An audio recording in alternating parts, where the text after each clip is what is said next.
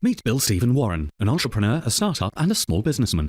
They all have practical money-making and job-creating ideas to create new businesses and help make a better community. But they need money or a loan to fund and build their ideas. How can they raise the money to create this business, and what is the roadmap? The most common method is to get a loan from a bank. But banks consider startup entrepreneurial ventures too risky, especially now with the economic downturn and today's restrictive lending policies. Then the answer is usually a big no. Clearly, this way there is very little new business development, innovation or growth. Just think of business and the world without the Bills, Steves and the Warrens. Currently, an entrepreneur needs a business plan and a loan application, then a drive to the bank to meet with the loan officers in the hope of getting a loan. But not anymore. Through the internet, using cloud and social media environments, the entrepreneur can access hundreds or thousands of potential investors through crowdfunding websites. There are several ways to seek crowdfunding. The first is the donation method of crowdfunding. This model has been around for years.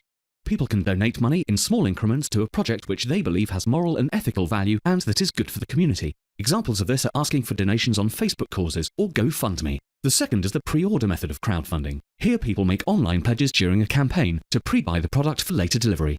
A good example of this is Kickstarter. The third is the reward-based method of crowdfunding.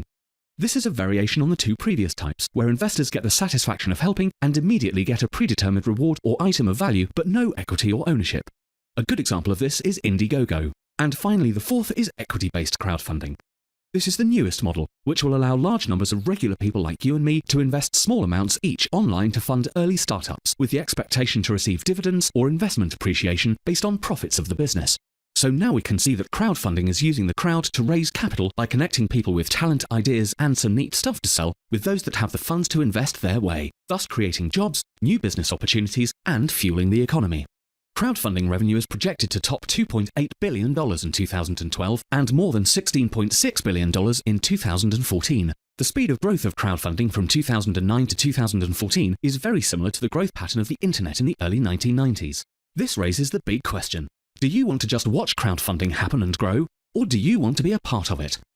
How about leveraging the 2.5 billion internet users who can be potential investors with a projected $300 billion of investment revenue opportunity?